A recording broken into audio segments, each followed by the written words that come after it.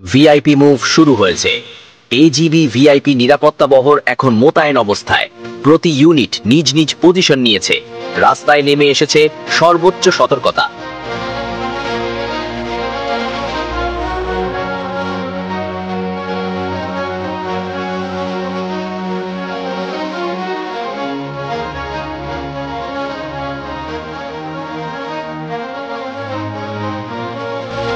Main convoy নড়ছে।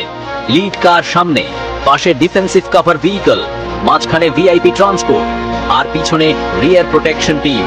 প্রতি গাড়িতে সশস্ত্র সদস্য, তাদের দৃষ্টি চারদিকে ছড়িয়ে, হাত অস্ত্রে, মন ফোকাসে। এখন শুরু হচ্ছে থ্রেট রেসপন্স ড্রিল।